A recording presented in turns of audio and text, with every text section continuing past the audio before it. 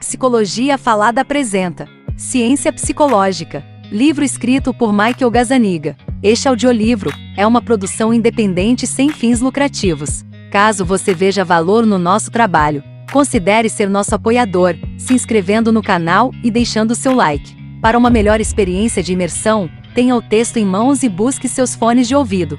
Boa leitura! Capítulo 7. Memória. Henry Molaison é uma das pessoas mais famosas na pesquisa em memória. Capítulo 7.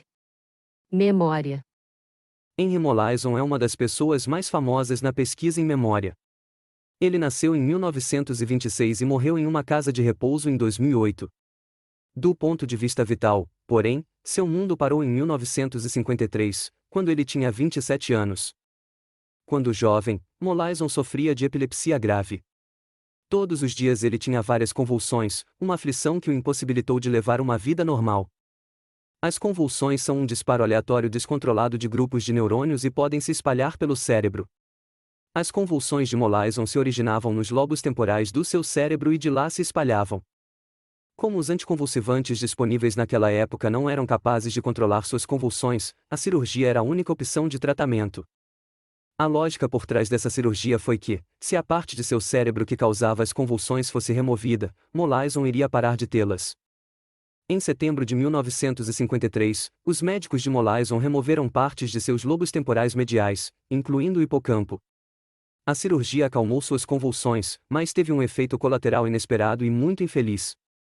Molaison perdeu a capacidade de se lembrar de novas informações por mais do que alguns momentos. Até sua morte, o mundo não conhecia o verdadeiro nome de Molaison ou como ele era. Sua privacidade foi protegida pelos pesquisadores que estudaram sua memória.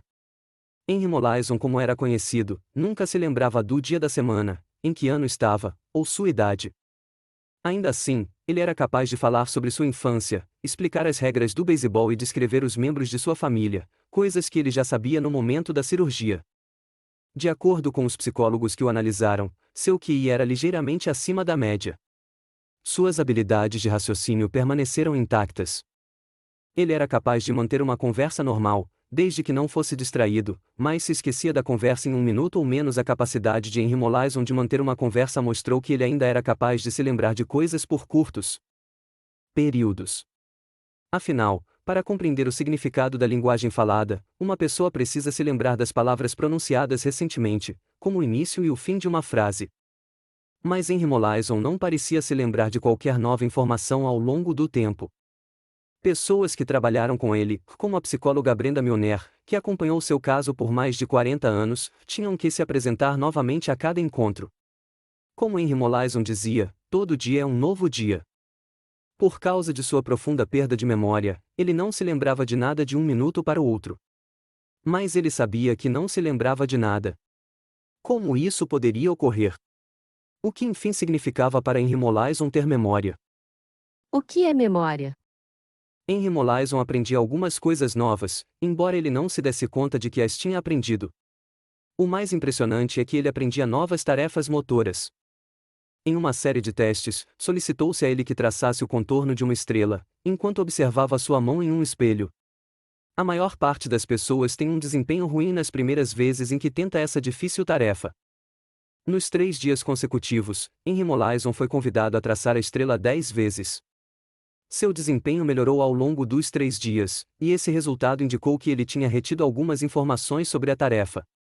Em cada dia, no entanto, Henry Molaison não se lembrava de já ter realizado a tarefa anteriormente. Sua capacidade de aprender novas habilidades motoras lhe possibilitou conseguir um emprego em uma fábrica, onde ele colocava isqueiros em embalagens de papelão. Mas sua condição o deixou incapaz de descrever o trabalho ou local de trabalho. Estudos da estranha condição de Henry Molaison forneceram muitas pistas em relação a como as memórias são armazenadas, normal e anormalmente, no cérebro. A memória é a capacidade do sistema nervoso de manter e recuperar habilidades e conhecimentos. Normalmente, cada um de nós se lembra de milhões de partes de informações. Essas memórias vão desde as triviais até as vitais. Toda a noção de si, ou identidade, de uma pessoa, é composta por aquilo que ela tem de memórias, de suas lembranças de experiências pessoais e coisas aprendidas com os outros. A memória é a capacidade do sistema nervoso de manter e recuperar habilidades e conhecimentos. Essa capacidade possibilita que os indivíduos levem informações de experiências e armazenem-nas para posterior recuperação. No entanto, a memória não funciona como uma câmara de vídeo digital que recupera fielmente os eventos nas experiências do operador. A memória fotográfica não existe. Em vez disso, as informações que armazenamos e as memórias que recuperamos muitas vezes são incompletas, tendenciosas e distorcidas. As memórias de duas pessoas para o mesmo evento podem diferir muito, porque cada indivíduo armazena e recupera memórias do evento distintamente. Em outras palavras, as memórias são histórias que podem ser alteradas sutilmente pelo processo de recordação. Além disso, as experiências não têm todas a mesma probabilidade de serem lembradas. Alguns eventos da vida passam rapidamente, sem deixar memória duradoura. Outros são lembrados, mas depois esquecidos. Outros, ainda, permanecem por toda a vida. Temos vários sistemas de memória, e cada um deles tem suas próprias regras. Por exemplo, alguns processos cerebrais estão na base da memória para informações que precisaremos recuperar em 10 segundos. Esses processos funcionam de modo diferente dos processos que estão na base da memória para informações que precisaremos recuperar em 10 anos. A seção a seguir analisa o modelo básico dos psicólogos de como a mente se lembra. Um modelo de processamento de informações. A memória é o processamento de informações. Desde o final dos anos 1960, a maior parte dos psicólogos já via a memória como um modo de processamento de informações. Nesse modelo, o modo como a memória trabalha é aproximadamente análogo ao modo como o computador processa informações. Um computador recebe informações por meio do teclado ou modem, e um software determina como a informação é processada. A informação pode, então, ser armazenada em algum formato alterado no disco rígido e recuperada quando for necessário. Do mesmo modo, os vários processos de memória podem ser entendidos como operando ao longo do tempo em 3 fases: codificação, armazenamento e recuperação. A fase de codificação ocorre no momento da aprendizagem, conforme a informação é transformada em um formato que pode ser armazenado na memória. Isto é, o cérebro transforma a informação em um código neural que ele é capaz de utilizar. Considere o processo de ler este livro. Na fase de codificação, o seu cérebro converte os estímulos sensoriais na página em códigos neurais significativos. A fase de armazenamento é a retenção da representação codificada. Isto é, uma mudança em seu sistema nervoso registra o que você acabou de experimentar, mantendo-o como um evento memorável. Então, enquanto você lê este livro, seu cérebro é alterado. Conexões neurais que apoiam a memória se tornam mais fortes e novas sinapses são construídas. Esse processo é conhecido como consolidação neural.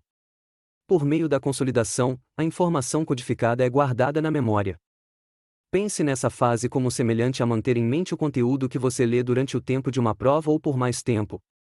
Existem pelo menos 3 sistemas de armazenamento, que diferem na quantidade de tempo em que as informações permanecem armazenadas. O armazenamento pode durar uma fração de segundo ou a vida toda. Esses sistemas serão discutidos em detalhes mais adiante neste capítulo. A recuperação é a terceira fase da memória.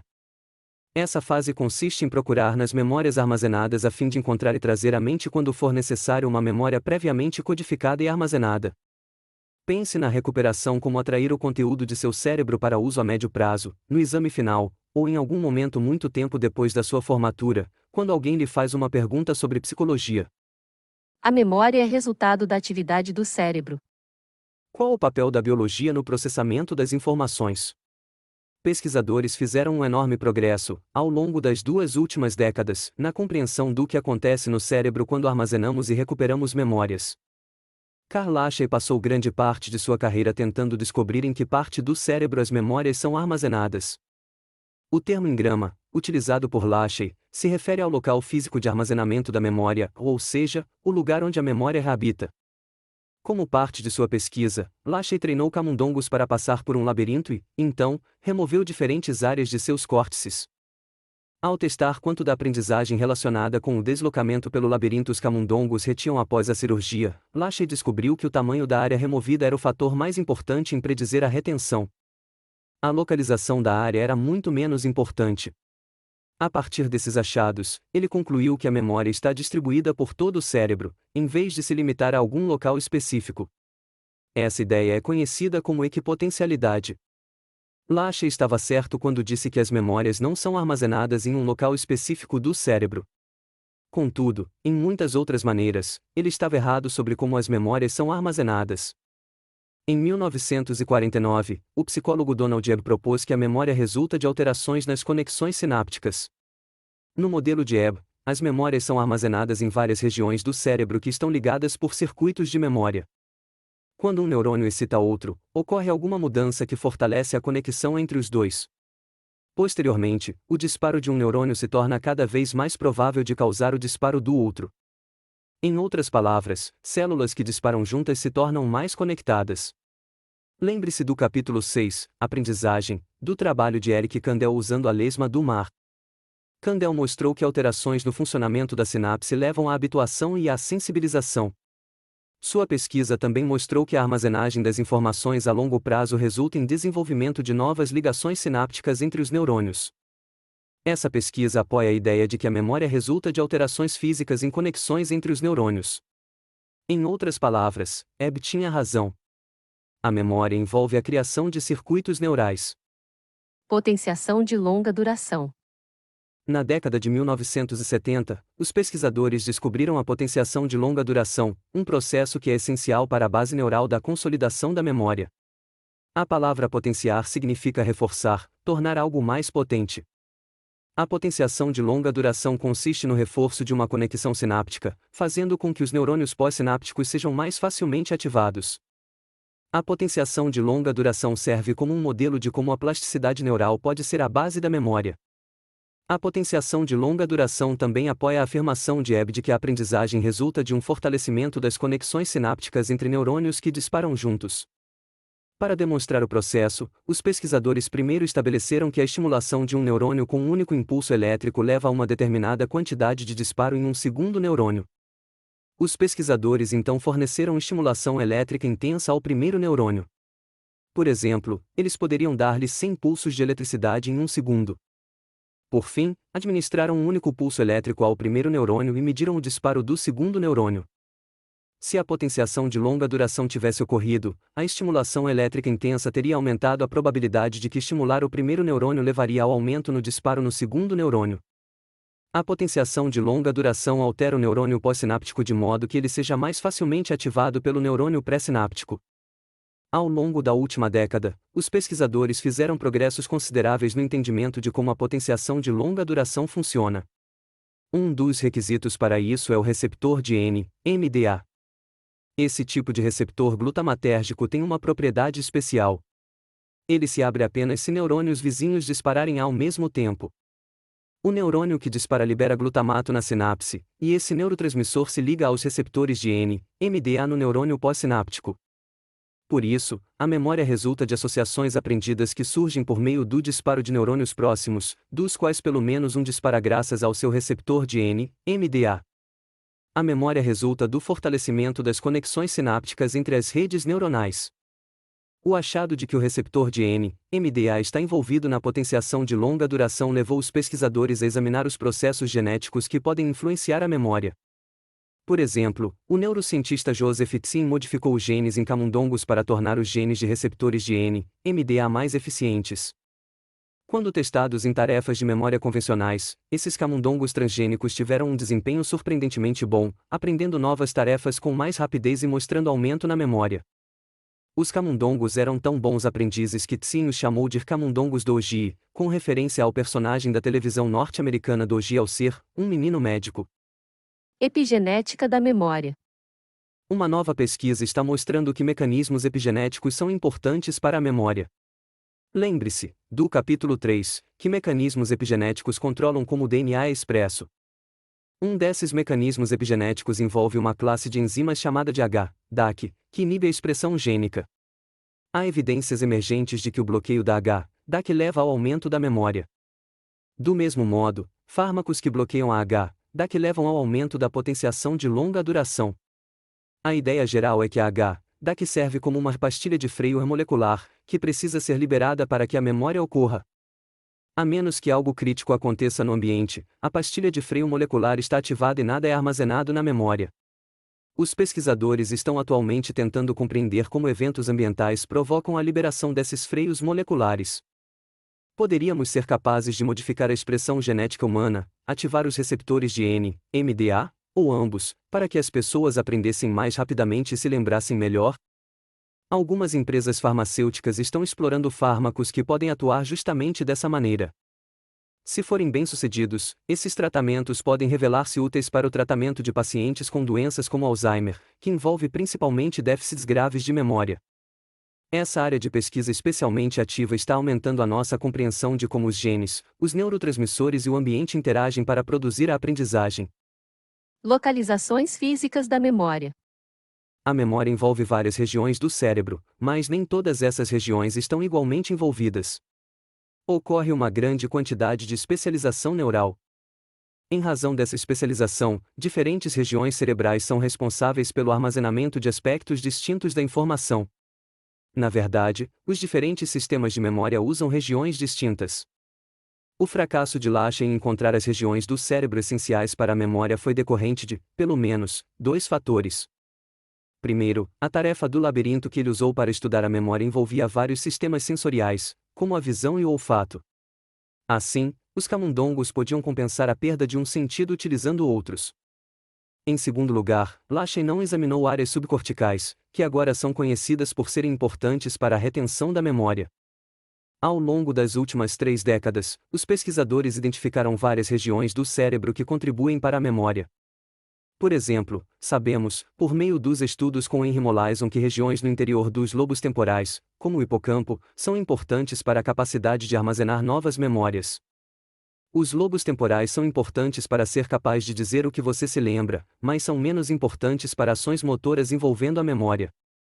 A mensagem a se lembrar aqui é que a memória está distribuída entre diferentes regiões do cérebro. Ela não habita em uma parte do órgão. Portanto, se você perder uma célula específica do cérebro, você não vai perder a memória. A seção mediana dos lobos temporais, chamada de lobos temporais mediais, é responsável pela formação de novas memórias. Contudo, o armazenamento real ocorre em regiões específicas do cérebro acionadas durante a percepção, o processamento e a análise do conteúdo a ser aprendido. Por exemplo, a informação visual é armazenada nas áreas corticais envolvidas na percepção visual. O som é armazenado nas áreas envolvidas na percepção auditiva. Assim, a memória de experiências sensoriais, como lembrar de algo visto ou ouvido, envolve a reativação dos circuitos corticais envolvidos na visão ou audição inicial. Os lobos temporais mediais formam ligações, ou apontadores, entre os diferentes locais de armazenamento, e controlam o fortalecimento gradual das conexões entre essas conexões. Uma vez que as conexões são suficientemente reforçadas por meio da consolidação, os lobos temporais mediais se tornam menos importantes para a memória. Como discutido anteriormente, a cirurgia de Henry Molaison removeu partes de seus lobos temporais mediais. Sem essas partes, ele não era capaz de estabelecer novas memórias, mas ele ainda era capaz de recuperar memórias antigas. Reconsolidação de memórias. Uma teoria interessante desenvolvida por Karen Nader e Joseph Ledoux propõe que uma vez que as memórias são ativadas, elas precisam ser novamente consolidadas para que sejam armazenadas de volta na memória. Esses processos são conhecidos como reconsolidação. Para entender como funciona a reconsolidação, imagine isto. Um bibliotecário devolve um livro a uma prateleira para armazenamento, de modo que possa ser retirado novamente mais tarde. Quando as memórias para eventos pregressos são recuperadas, elas podem ser afetadas por circunstâncias atuais, de modo que as memórias recém-reconsolidadas podem diferir de suas versões originais. Em outras palavras, nossas memórias começam como versões do que experimentamos. Em seguida, elas realmente podem mudar quando as usamos, como quando são alteradas por nosso estado de espírito, conhecimento sobre o mundo ou crenças. Digamos que, no ano passado, você estava namorando uma determinada pessoa. Esse relacionamento terminou de modo infeliz. Quando se lembra de um momento agradável que compartilhou com seu ex, você pode reinterpretar a memória nessa nova luz. Na analogia do livro da biblioteca, essa mudança seria como rasgar páginas do livro ou adicionar novas páginas ou anotações antes de devolvê-lo. O livro colocado na prateleira difere do que foi retirado. As informações nas páginas rasgadas não estão mais disponíveis para recuperação, e as novas páginas ou anotações que foram inseridas alteram a memória da próxima vez que ela for recuperada. A reconsolidação acontece toda vez que uma memória é ativada e colocada de volta no armazenamento e pode explicar por que nossas memórias de eventos podem mudar ao longo do tempo. Por exemplo, à medida que recontamos histórias sobre eventos pregressos, embelezamos os detalhes que tornam as histórias melhores e passamos a acreditar nas versões embelezadas. Então, o peixe de 15 centímetros que você pegou quando tinha 7 anos se torna, aos 30 anos de idade, uma truta de 3 quilogramas que era tão deliciosa quanto o ar da montanha. Como você pode imaginar, a ideia da reconsolidação tem recebido atenção considerável. Ela tem implicações para o que significa se lembrar de algo, mas também para a precisão daquela memória.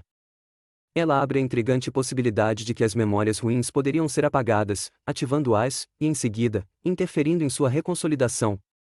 Os pesquisadores mostraram que as más lembranças podem ser alteradas usando a extinção durante o período em que as memórias são suscetíveis à reconsolidação. Como as memórias são mantidas ao longo do tempo? Em 1968, os psicólogos Richard Atkinson e Richard Schifrin propuseram um modelo de 3 partes para a memória. O modelo consiste em memória sensorial, memória de curto prazo e memória de longo prazo. Cada um desses sistemas determina a duração do tempo que a informação é retida na memória. As seções a seguir os analisam mais detalhadamente. A memória sensorial é breve. A memória sensorial é um sistema de memória temporária intimamente ligada aos sistemas sensoriais. Não é o que em geral vem à nossa mente quando pensamos em memória, porque ela dura apenas uma fração de segundo e normalmente não tomamos consciência de que está operando. Como discutido no capítulo 5, obtemos todas as informações sobre o mundo por meio de nossos sentidos.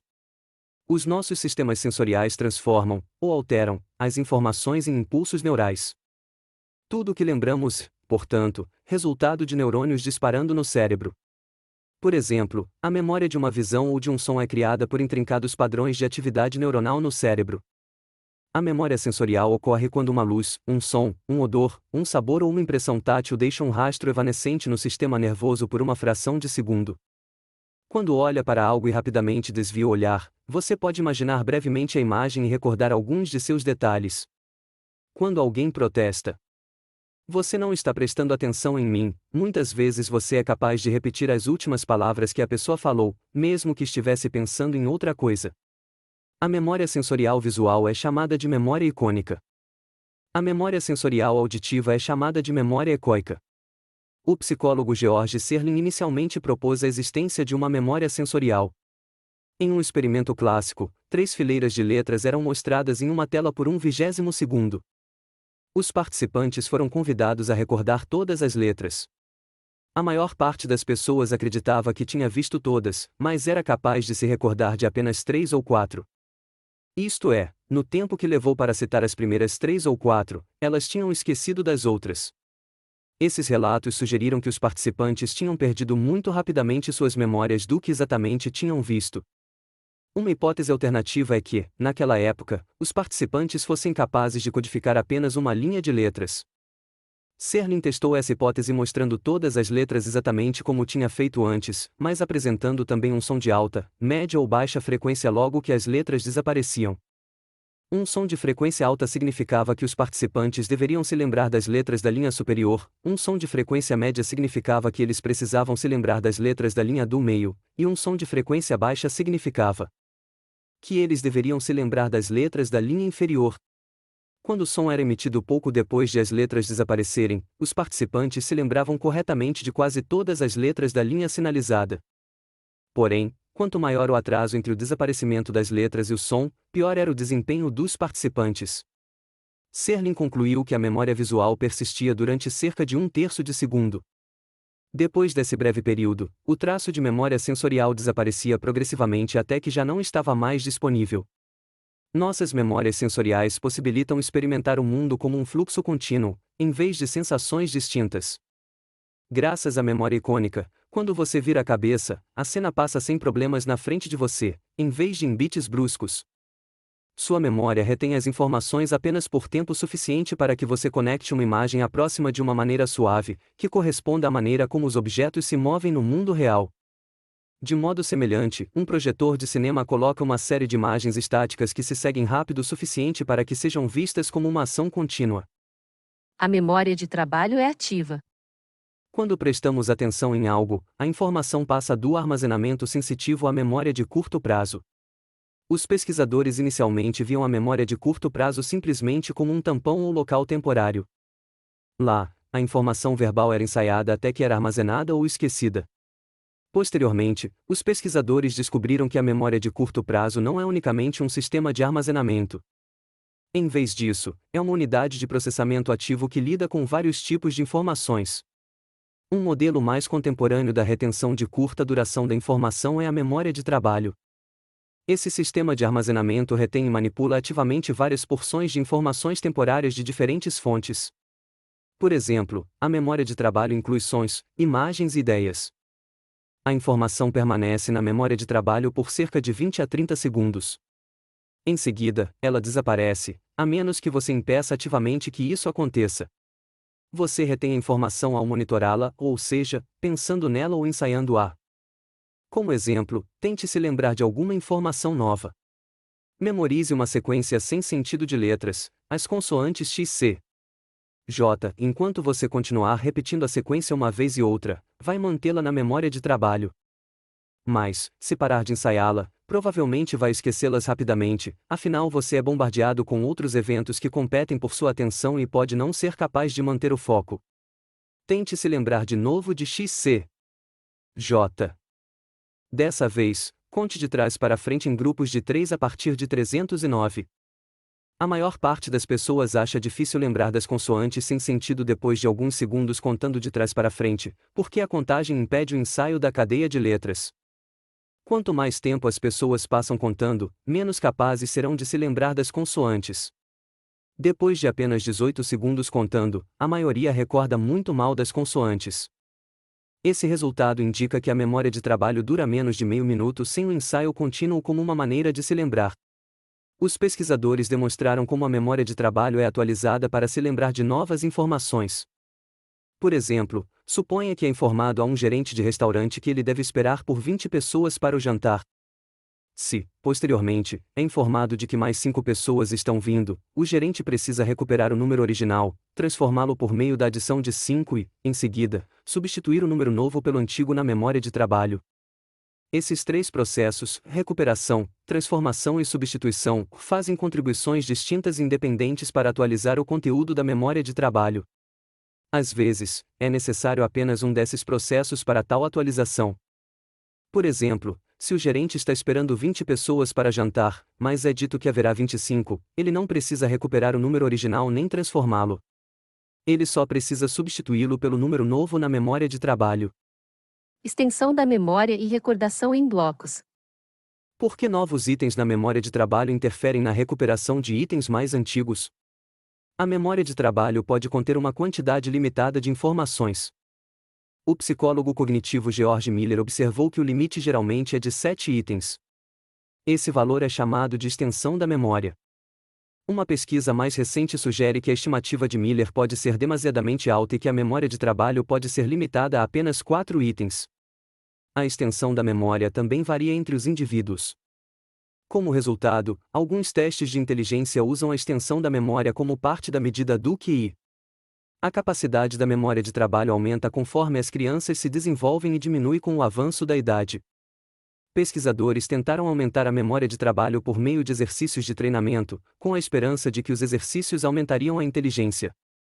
Esse treinamento aumentou a memória de trabalho, mas essa aprendizagem não se transferiu a outras habilidades cognitivas envolvidas na inteligência.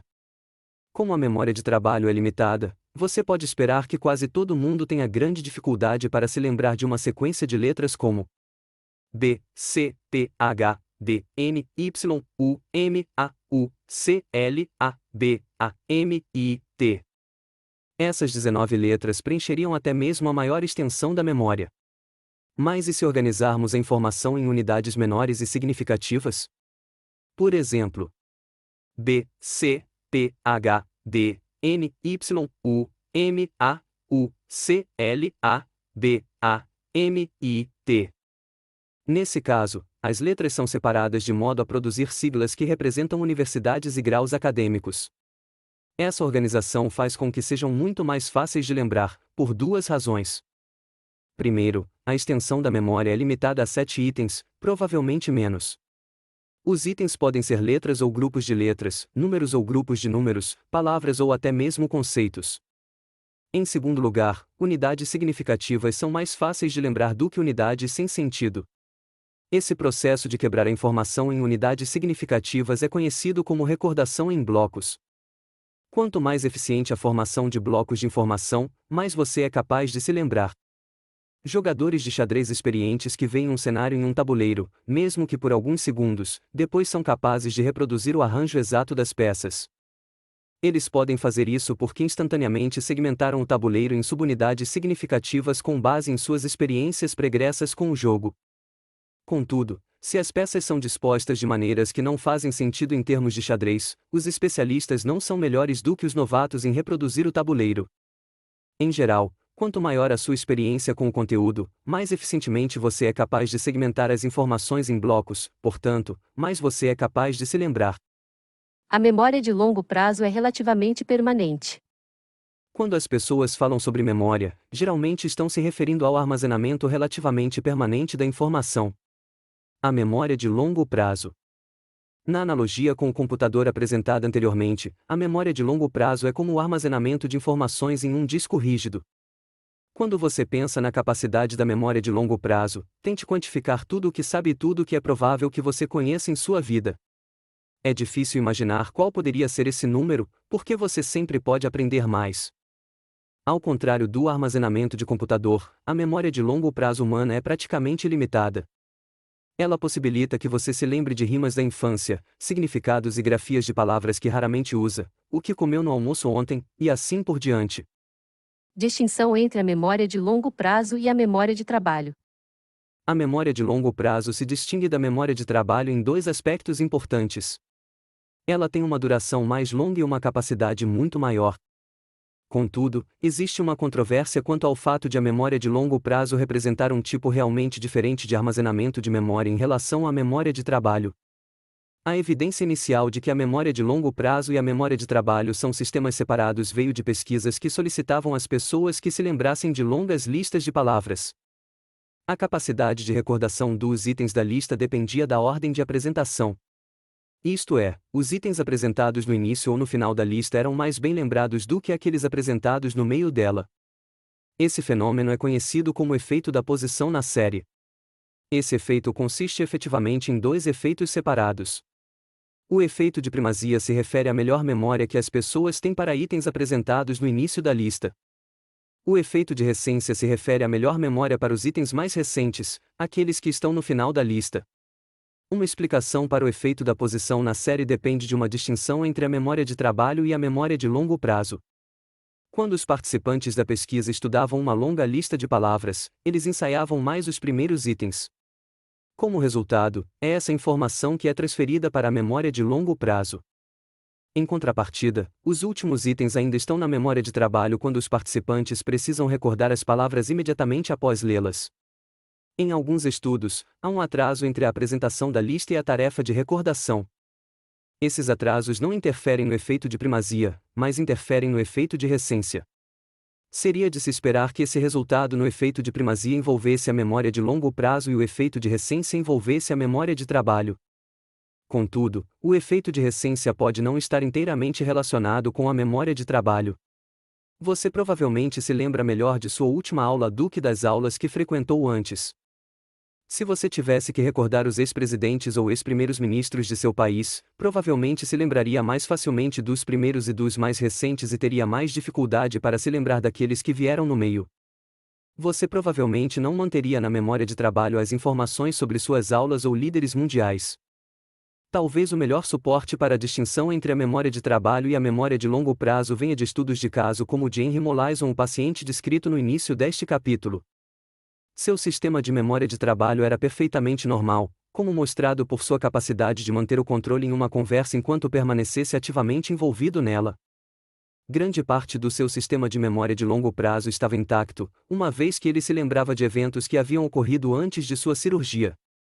Contudo, ele era incapaz de transferir novas informações da memória de trabalho para a memória de longo prazo.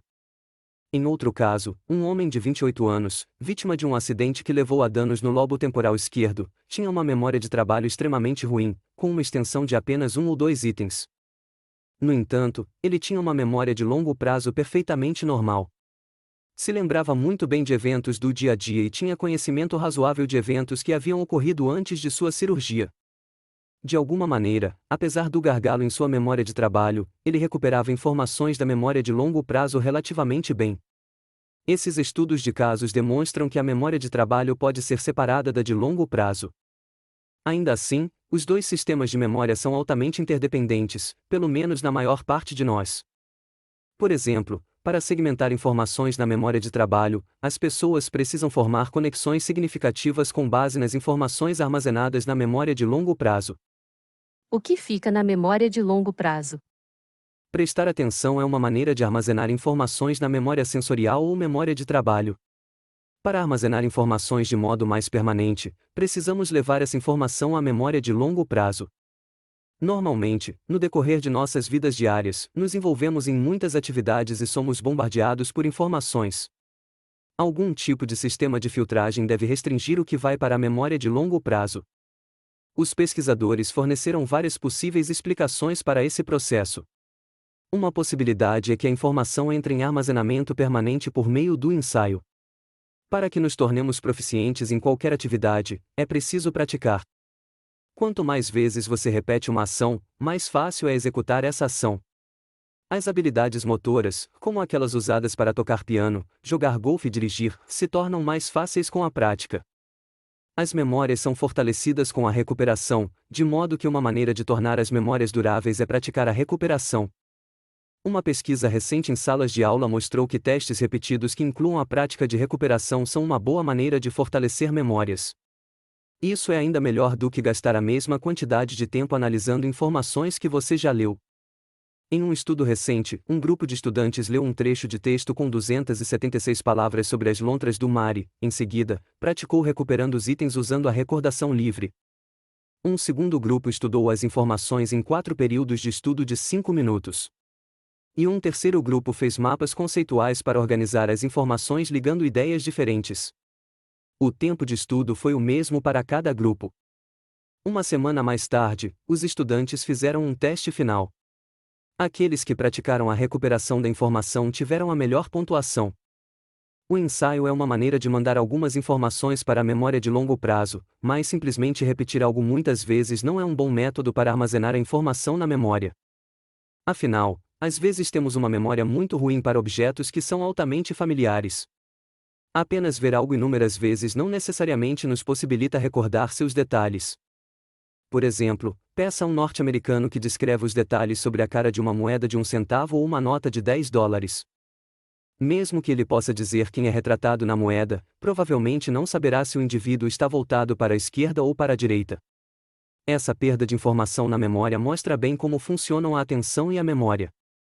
Preservamos apenas o suficiente para a tarefa no momento e ignoramos informações que parecem irrelevantes.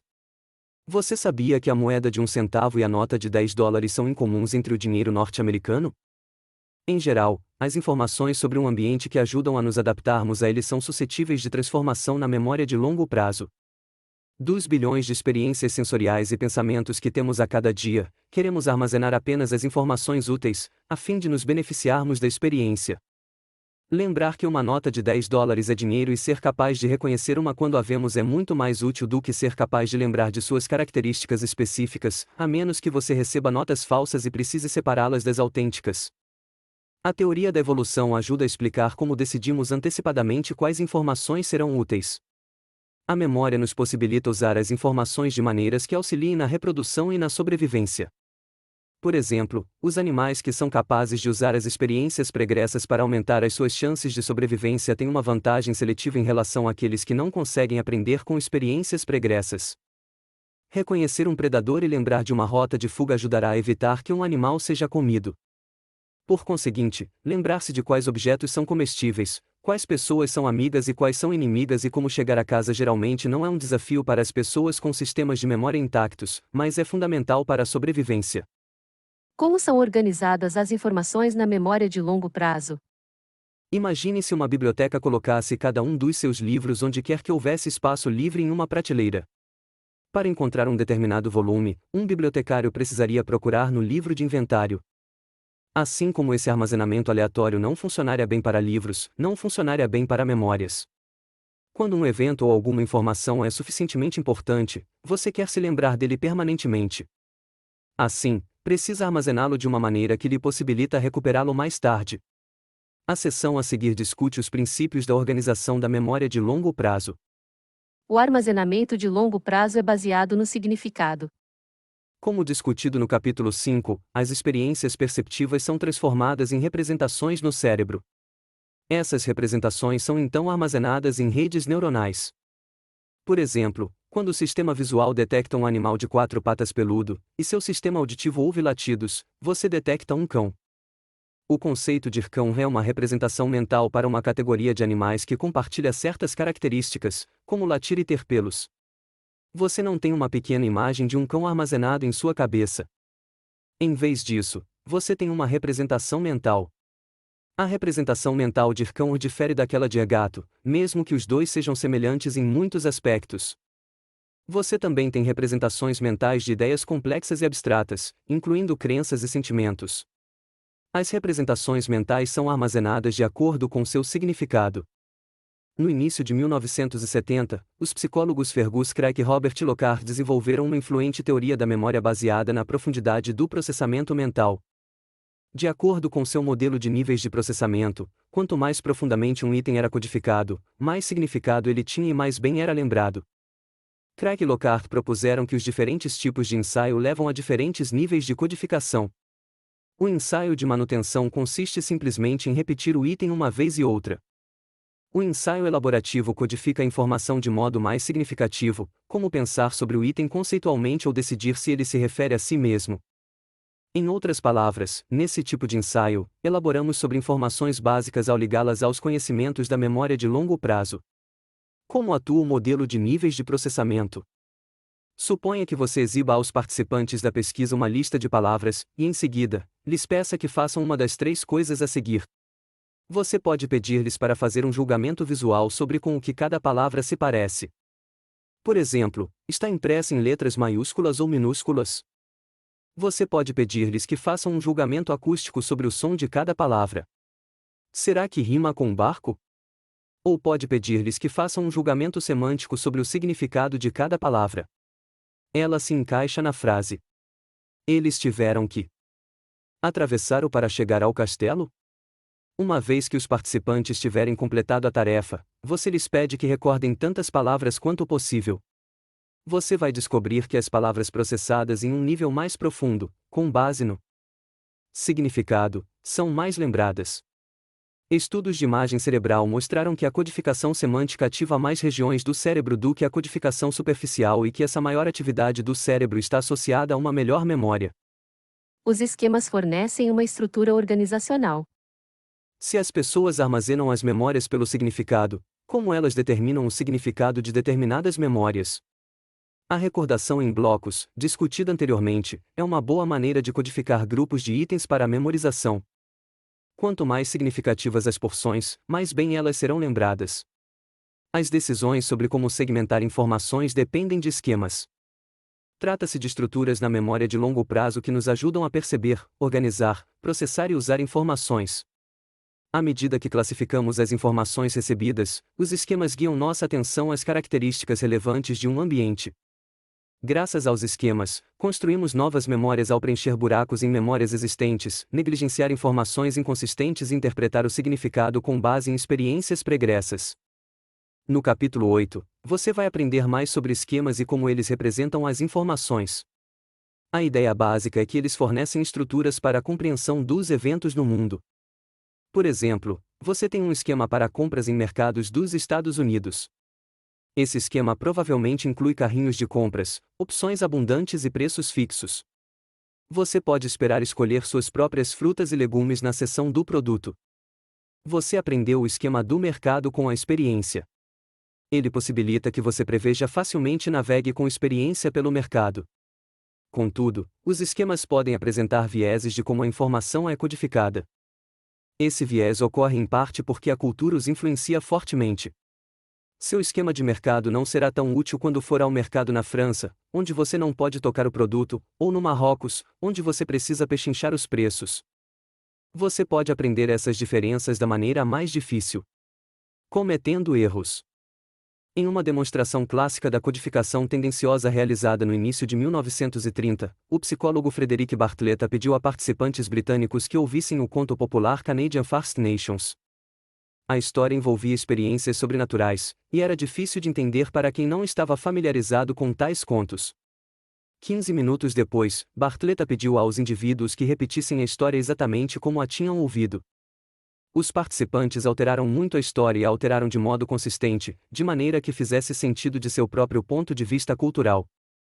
Às vezes, eles simplesmente esqueciam as partes sobrenaturais que não eram capazes de compreender. Para entender a influência dos esquemas em quais informações são armazenadas na memória, considere um estudo no qual os alunos liam uma história sobre uma menina rebelde.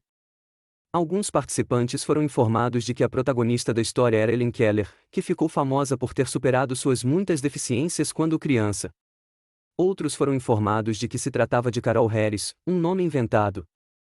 Uma semana mais tarde, os participantes que foram informados de que a menina era Helen Keller tinham maior propensão a relatar erroneamente terem lido a sentença "ela era surda, muda e cega" na história do que aqueles que acreditavam que a história era sobre Carol Harris. O esquema dos participantes para Helen Keller incluía as suas deficiências. Quando recuperaram informações sobre Keller da memória, eles recuperaram tudo o que sabiam sobre ela, junto com a história que estavam tentando lembrar. Para ver como os esquemas afetam a sua capacidade de recordar informações, leia atentamente o seguinte parágrafo. O procedimento é bastante simples. Primeiro, organize as coisas em diferentes pacotes, dependendo da composição. Não coloque muita coisa junto. No curto prazo, isso pode não parecer importante. No entanto, facilmente surgem complicações. Um erro pode custar caro. Em seguida, encontre as instalações. Algumas pessoas devem ir para outro lugar para encontrá-las. A manipulação de mecanismos adequados deve ser autoexplicativa. Lembre-se de incluir todos os outros suprimentos necessários. Inicialmente, a rotina vai oprimi-lo, mas logo ela se torna apenas mais uma faceta da vida. Por fim, reorganize tudo em seus grupos iniciais. Devolva-os aos seus lugares habituais. Por fim, eles são usados novamente. Então, todo o ciclo precisa ser repetido. Quão fácil é para você entender esse parágrafo? Você é capaz de se lembrar de frases específicas dele? Você pode se surpreender ao saber que, em um ambiente de pesquisa, estudantes universitários que leram esse parágrafo acharam-no fácil de entender e relativamente simples de recordar. Como isso é possível? Foi fácil quando os participantes sabiam que o parágrafo descrevia o ato de lavar roupas. Volte e o releia. Observe como seu esquema para lavar roupas o ajuda a entender e se lembrar de como as palavras e frases se conectam entre si. Os esquemas influenciam o modo como codificar a informação em nossas vidas diárias. A informação é armazenada em redes de associação. Um conjunto altamente influente de teorias sobre a organização da memória é baseado em redes de associações. Em um modelo de rede proposto pelos psicólogos Alan Collins e Elizabeth Loftus, as características distintivas de um item são ligadas de modo a identificá-lo. Cada unidade de informação na rede é um nó. Cada nó é ligado a muitos outros nós. A rede resultante é como os neurônios ligados em seu cérebro, mas os nós são simplesmente bits de informação. Eles não são realidades físicas. Por exemplo, quando você olha para um caminhão de bombeiros, todos os nós que representam as características de um caminhão de bombeiros são ativados. O padrão de ativação resultante dá origem ao conhecimento de que o objeto é um caminhão de bombeiros e não um carro, um aspirador de pó, um gato, e assim por diante.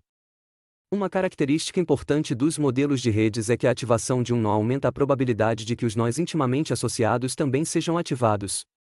Como mostrado na figura 7.16, quanto mais perto estão os nós, mais forte é a associação entre eles. Quanto mais forte a associação, mais provável é que a ativação de um nó irá ativar outro. Então, ver um caminhão de bombeiros ativa os nós que indicam outros veículos. Uma vez ativados os seus nós de caminhão de bombeiros, você reconhecerá mais rapidamente outros veículos do que, por exemplo, frutas ou animais. A ideia principal aqui é que ativar um nó aumenta a probabilidade de que nós associados irão se tornar ativos. Essa ideia é essencial para os modelos de propagação de ativação da memória. De acordo com esses modelos, os estímulos na memória de trabalho ativam nós específicos na memória de longo prazo. Essa ativação aumenta a facilidade de acesso a esse conteúdo e, portanto, torna mais fácil a recuperação. Na verdade, um estudo mostrou que a recuperação de alguns itens levou a memória aprimorada para artigos relacionados, mesmo quando os participantes foram instruídos a esquecer outros itens. Dada a grande quantidade de conteúdo na memória, é incrível a rapidez com que podemos procurar e recuperar as memórias necessárias para armazenamento. Cada vez que ouvimos uma sentença, não só precisamos nos lembrar o que todas as palavras significam, mas também temos que recordar todas as informações relevantes que nos ajudam a compreender o significado geral da sentença. Para que esse processo ocorra, a informação precisa estar organizada de modo lógico. Imagine tentar encontrar um arquivo específico em um disco rígido de 600 GB cheio abrindo um arquivo de cada vez. Esse método seria excessivamente lento. Em vez disso, a maior parte dos discos de computador está organizada em pastas. Dentro de cada pasta estão pastas mais especializadas, e assim por diante. Redes associativas no cérebro funcionam de modo semelhante. As pistas para a recuperação fornecem acesso ao armazenamento de longo prazo. Uma pista para a recuperação pode ser qualquer coisa que ajude uma pessoa a recordar uma memória. Deparar-se com estímulos, como a fragrância de um peru assando, uma canção favorita do ano passado, um edifício familiar, e assim por diante, pode desencadear memórias indesejadas. Ao analisar esse fenômeno, o proeminente pesquisador de memória Indel Tuvin propôs o princípio de especificidade da codificação. De acordo com esse princípio, qualquer estímulo codificado junto com uma experiência mais tarde pode desencadear uma memória da experiência. Em um estudo da codificação, os participantes estudaram 80 palavras em uma de duas salas. As salas diferiam em localização, tamanho, perfume e outros aspectos. Os participantes foram, então, testados quanto à recuperação na sala em que estudaram ou na outra. Quando foram testados na outra sala, os participantes recordaram corretamente uma média de 35 palavras. Quando foram testados naquela em que estudaram, recordaram corretamente uma média de 49 palavras. Esse tipo de melhora na memória, quando a situação de recordação é semelhante à situação de codificação, é conhecida como memória dependente do contexto. A memória dependente do contexto pode se basear em aspectos como a localização física, o odor e a música de fundo, muitos dos quais produzem uma sensação de familiaridade. Nas pesquisas mais drásticas de demonstração da memória dependente do contexto, mergulhadores que aprenderam informações embaixo d'água mais tarde recordaram melhor as informações aprendidas debaixo d'água do que em terra. Como contexto físico, as pistas internas podem afetar a recuperação da informação da memória de longo prazo. Pense em relação ao humor. Quando você está de bom humor, você tende a se lembrar de bons momentos. No final de um dia ruim, as memórias negativas tendem a vir à tona. A memória pode ser potencializada quando os estados internos de uma pessoa correspondem durante a codificação e recordação. Esse efeito é conhecido como memória dependente do estado. A memória dependente do estado também se aplica aos estados internos provocados por drogas ou álcool. Você provavelmente não vai se lembrar de muita coisa que você aprendeu enquanto estava intoxicado. Tudo que aprender, no entanto, pode ser mais fácil de lembrar quando você estiver intoxicado do que quando estiver sóbrio, mas não conte com isso. Mnemonicos. Os mnemonicos envolvem auxílios ou estratégias que usam pistas para a recuperação e, assim, melhorar a recordação. As pessoas muitas vezes encontram mnemonicos úteis para se lembrar de itens em listas longas, por exemplo. Um dos métodos mais antigos remonta ao antigo poeta grego e sortudo, Simonides. Enquanto participava de um banquete, ele saiu para tomar um pouco de ar.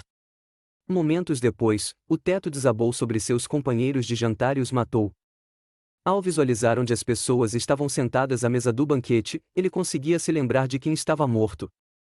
Agora conhecido como método de Locke ou Palácio da Memória, esse mnemônico consiste em associar itens que você deseja recordar com localizações físicas.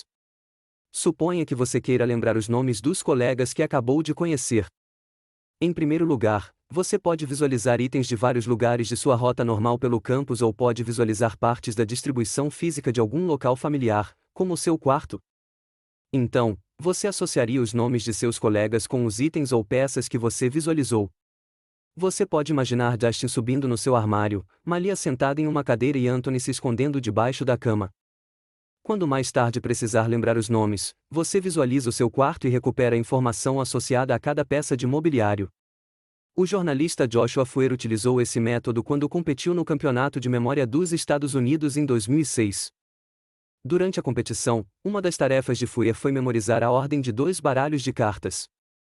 Ao imaginar as cartas em vários locais da casa onde cresceu, Foer foi capaz de se lembrar corretamente da ordem das cartas nos 2 baralhos em pouco menos de 2 minutos. Para não se distrair, ele usava fones de ouvido e óculos escuros.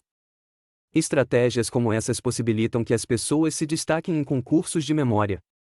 Os vencedores do concurso não necessariamente têm memória com melhor funcionamento do que a maioria das pessoas. Eles simplesmente são mais capazes de usar suas memórias para alcançar feitos como se tornar um grande mestre da memória. Para ganhar esse prêmio, você precisa ser capaz de memorizar 1000 dígitos em 1 hora, um baralho de cartas embaralhadas aleatoriamente em 2 minutos e 10 baralhos de cartas misturadas aleatoriamente em 1 hora. Quais são os diferentes sistemas da memória de longo prazo? Nas últimas décadas, a maior parte dos psicólogos passou a ver a memória de longo prazo como composta por vários sistemas que interagem entre si. Esses sistemas compartilham uma função comum: reter e usar a informação. No entanto, eles codificam e armazenam diferentes tipos de informação de maneiras diferentes. Por exemplo, existem várias diferenças óbvias entre recordar como andar de bicicleta, se lembrar do que comeu no jantar da noite passada e saber que a capital do Canadá é Ottawa. Essas são memórias de longo prazo, mas diferem no modo como foram adquiridas e na maneira com que são armazenadas e recuperadas. Lembrar-se de como andar de bicicleta requer um componente comportamental. Ou seja, significa a integração de habilidades motoras e perceptuais específicas que você adquiriu ao longo do tempo. Você não está consciente de seus esforços para manter o equilíbrio ou seguir as regras básicas para trafegar na estrada. Por sua vez, recordar de um evento específico que você experimentou ou um conhecimento que aprendeu de outra fonte às vezes exige um esforço consciente para recuperar as informações da memória de longo prazo. Os cientistas não concordam sobre a quantidade de sistemas de memória de longo prazo humanos. Por exemplo, alguns pesquisadores fazem uma distinção entre os sistemas de memória com base em como a informação é armazenada na memória, por exemplo, se o armazenamento ocorre com ou sem esforço deliberado. Outros têm se centrado nos tipos de informações armazenadas. Palavras e significados, determinados movimentos musculares, informações sobre a configuração espacial de uma cidade, e assim por diante. As seções a seguir exploram a maneira como trabalham os diferentes sistemas de memória de longo prazo. A memória explícita envolve esforço consciente. A distinção mais básica entre os sistemas de memória é uma divisão de memórias. Em um lado estão as memórias das quais estamos conscientes. No outro estão as memórias que adquirimos sem esforço consciente ou intenção, aquelas que não sabemos que temos. Lembre-se de que Henry Molaison, o indivíduo que teve perda de memória descrito no início deste capítulo, melhorou ao realizar o contorno de estrela olhando no espelho. Ele deve ter aprendido essa tarefa motora mesmo sem saber que a tinha aprendido. Peter Graf e Daniel Sachter se referem à memória inconsciente como memória implícita. Eles contrastaram-na com a memória explícita, os processos que usamos para lembrar de informações que podemos dizer que sabemos. A informação cognitiva recuperada da memória explícita é a memória declarativa. Conhecimento que podemos declarar. Por exemplo, você usa a memória explícita quando se lembra do que comeu no jantar na noite passada ou o que significa a palavra ardark. As memórias declarativas podem envolver palavras ou conceitos, imagens visuais ou ambos. Quando imagina a órbita da Terra em torno do Sol, você também pode recuperar as imagens e os nomes dos outros planetas. Você poderia descrever esse conhecimento em palavras, por isso trata-se de uma memória declarativa. A maior parte dos exemplos apresentados neste capítulo até agora é de memórias explícitas. Todos os exames que você já realizou na escola em sua vida provavelmente testaram sua memória declarativa. Em 1972, Indel Tuvin propôs que a memória explícita pode ser dividida em memória episódica e memória semântica.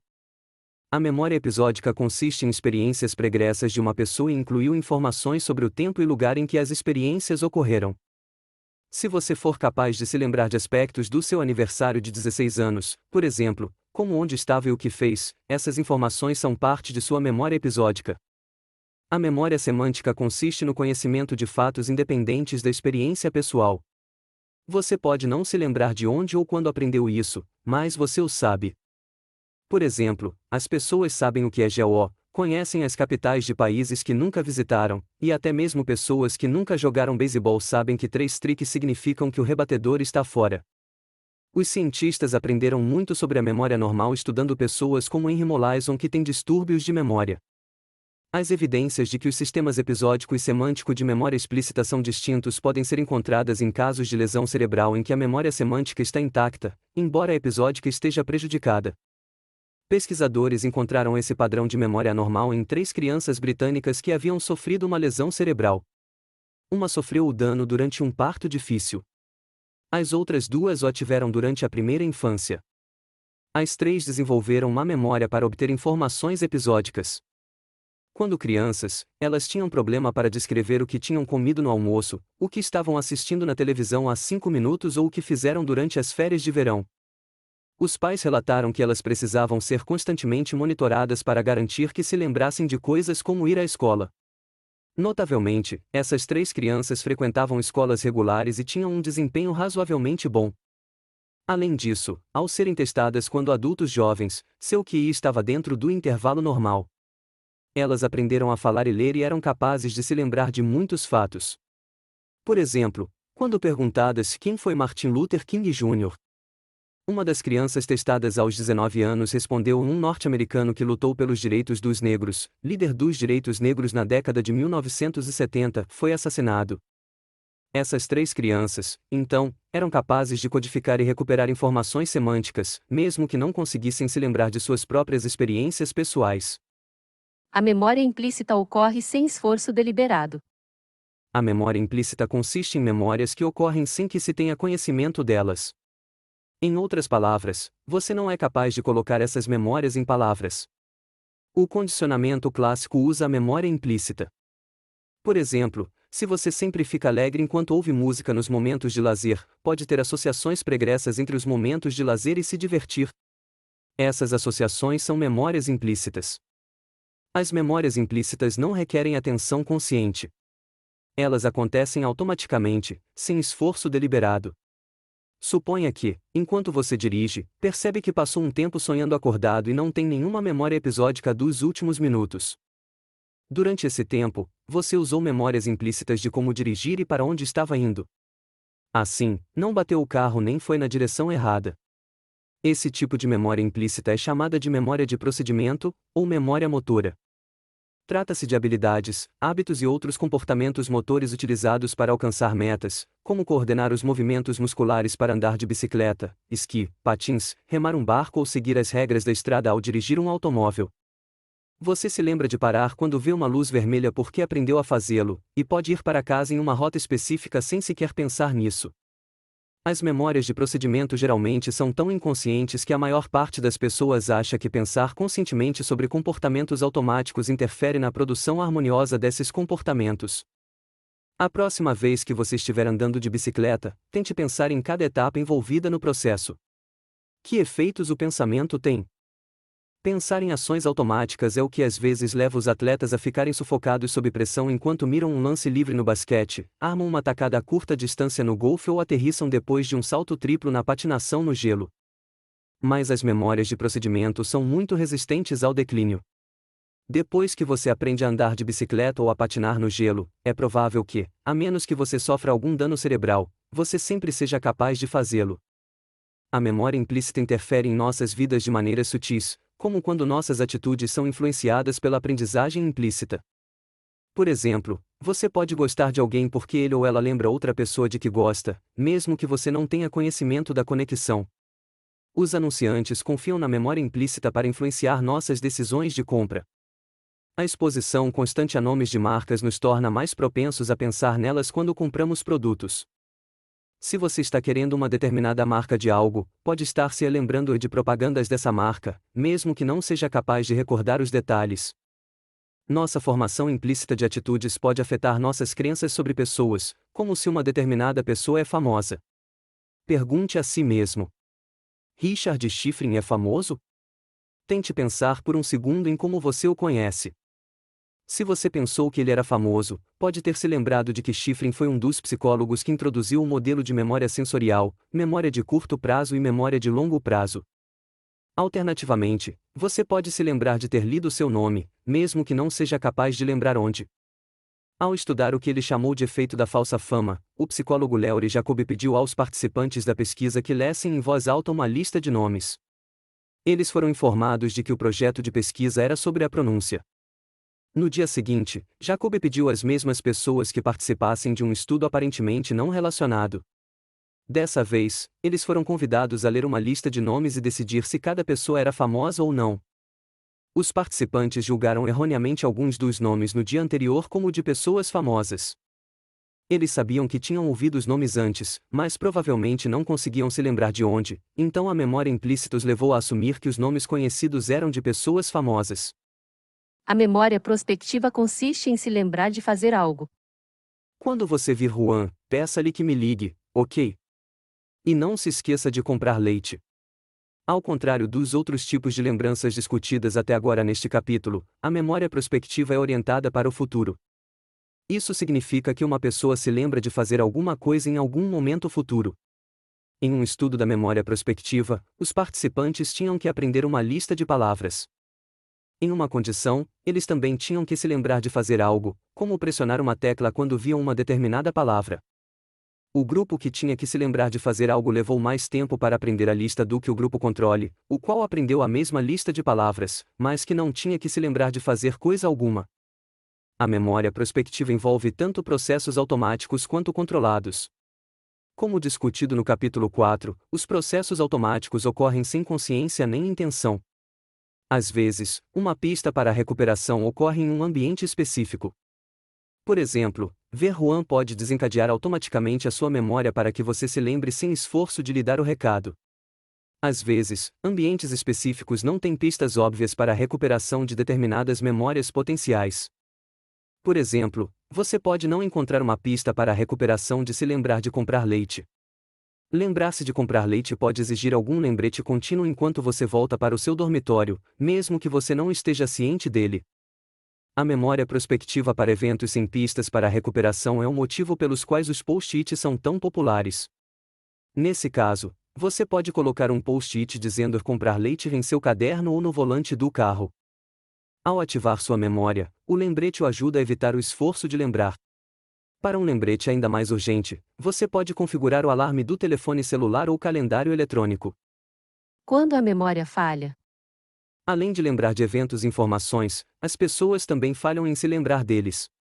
O esquecimento é uma experiência perfeitamente normal, todos os dias.